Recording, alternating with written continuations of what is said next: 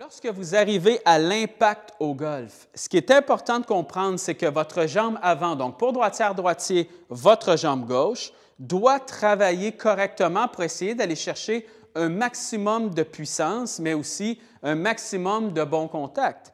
Quand vous redescendez à travers la balle, ce que vous voulez sentir, c'est que vous voulez sentir bien sûr que vous venez vous appuyer sur cette jambe-là.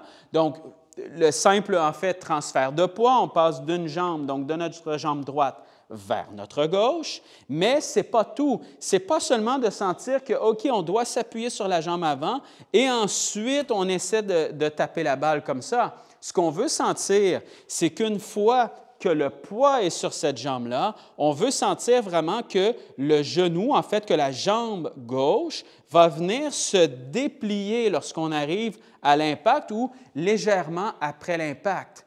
Quand vous venez taper des balles et là, si je vous le montre dans cet angle-là, vous allez bien le voir, regardez bien, vous poussez vers l'avant comme ça ici, vous voyez mon genou qui est encore complètement fléchi.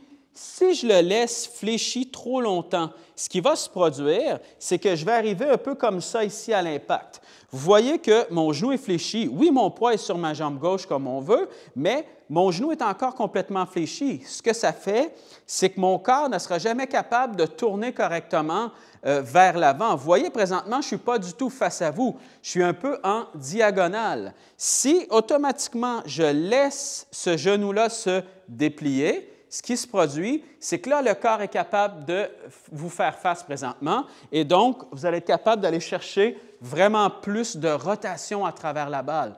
Ce n'est pas seulement une question de transfert de poids, c'est une question de, oui, un transfert, mais à partir de là, la jambe gauche doit se relever pour laisser le corps se tourner. Ce que vous voulez sentir quand vous allez faire ce mouvement-là, imaginez-vous simplement que vous redescendez, vous vous appuyez sur votre jambe.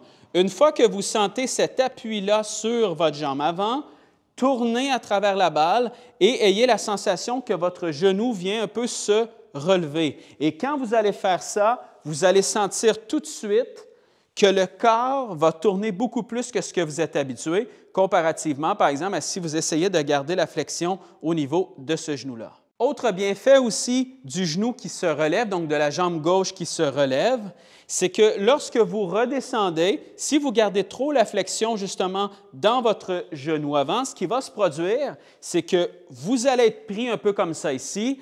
Vous allez voir votre tête qui va avancer complètement là, plus loin même que votre jambe avant. Et donc, ça veut dire que quand vous arrivez à l'impact ici, le corps n'est plus du tout dans le bon angle. Moi, ce que j'aimerais voir, ce serait beaucoup plus quelque chose comme ça ici, et non pas d'être pris avec un mouvement qui est super bas vers l'avant.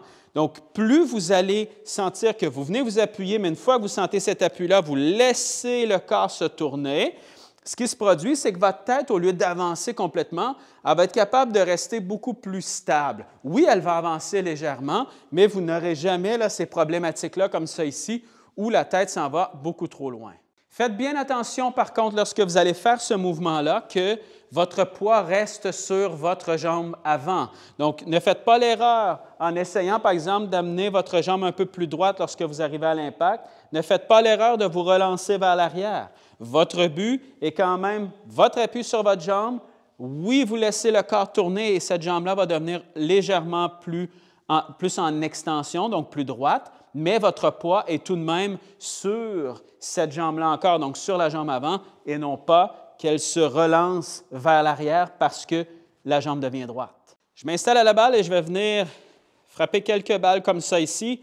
Donc, moi, je vais avoir la sensation, je m'appuie légèrement vers l'avant. À partir d'ici, de ma jambe avant, ce que je fais, je la laisse se relever, je laisse mon corps se tourner à travers la balle.